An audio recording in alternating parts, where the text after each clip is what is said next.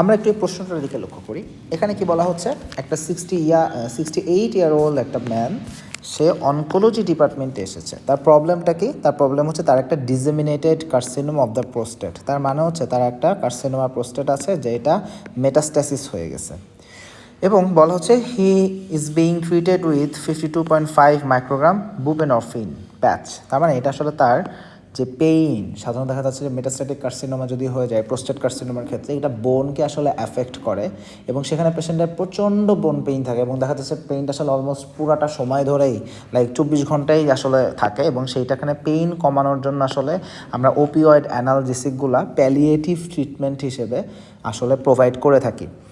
So সেইটা এখানে পেশেন্টকে দেওয়া হচ্ছে, বুপেনরফিন দেওয়া হচ্ছে। এখন বলা হচ্ছে until recently it was controlled, it has control is বোন পেন ভেরি ওয়েল।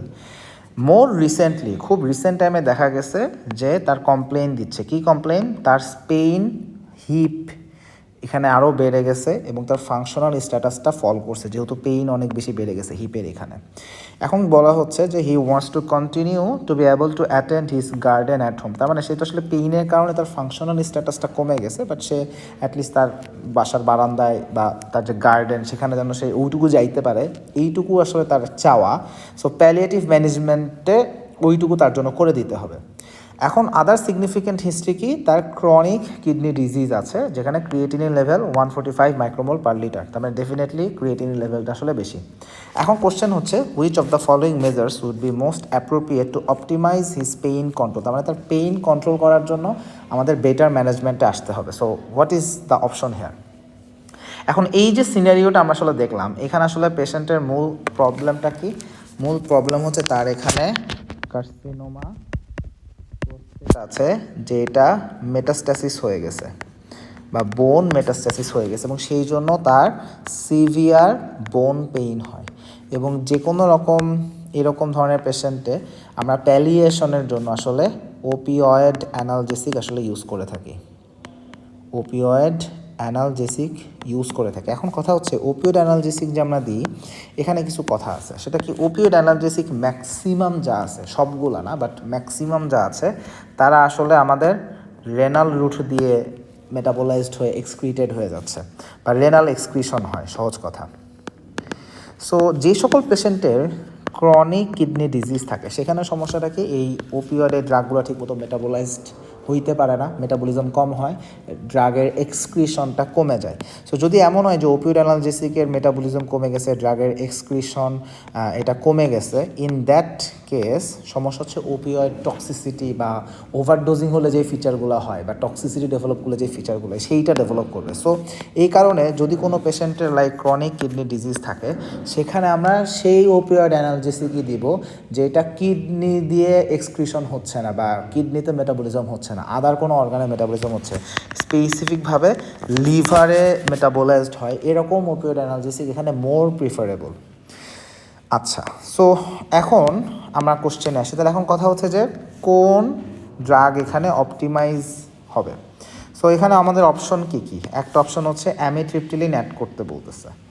অ্যামিট্রিপটিলিন পেইনের ম্যানেজমেন্টে ইউজ করা হয়, দ্যাট ইজ ট্রু, বাট এটা কোন পেইনে ইউজ করা হয়? অ্যামিট্রিপটিলিন ইউজ করা হয় নিউরোপ্যাথিক পেইনে।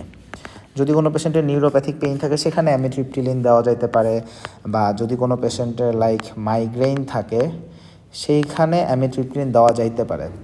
তারপরে এটার আরও কিছু ইউজ আছে, যেমন অ্যান্টি ডিপ্রেসেন্ট। যদিও অ্যান্টি ডিপ্রেসেন্ট পারপাসে অ্যামিট্রিপটিলিন ফার্স্ট লাইন এজেন্ট না, ফার্স্ট লাইন এজেন্ট হচ্ছে এখানে SSRI, বাট এটা স্টিল অ্যান্টি ডিপ্রেসেন্ট হিসেবে আসলে বের হয়েছিল, বাট এটা এখন নিউরোপ্যাথিক পেনে বেশি ইউজ করা হয়। আর কি আমরা মাইগ্রেনে এটাকে দিতে পারি, বাট কোনো পেশেন্টের লাইক মেটাস্ট্যাটিক কার্সিনোমা হয়ে গেছে, সেইখানে আসলে অ্যামিট্রিপটিলিন খুব একটা কাজ করে না, সো এখানে দিয়ে লাভ নাই। আরেকটা অপশন কি? ওরাল মরফিন অ্যাড করতে বলা হচ্ছে। এখন মরফিন খুবই ভালো ড্রাগ, মরফিন এখানে পেইন কমাতে পারে, দ্যাট ইজ ট্রু, খুবই পটেন্ট একটা ড্রাগ, বাট প্রবলেম হচ্ছে এটা রেনাল রুট দিয়ে এক্সক্রিটেড হয়, বা রেনাল রুট দিয়ে এক্সক্রিশন হয়। সো যার সিকেডি আছে সেখানে রেনাল রুট দিয়ে এক্সক্রিশন এটা ঠিকমতো হইতে পারবে না। সো পেশেন্টের আসলে টক্সিসিটি ডেভেলপ করার রিস্ক খুবই বেশি, সো এই জন্য ওরাল মরফিন আমি এখানে দিতে পারবো না।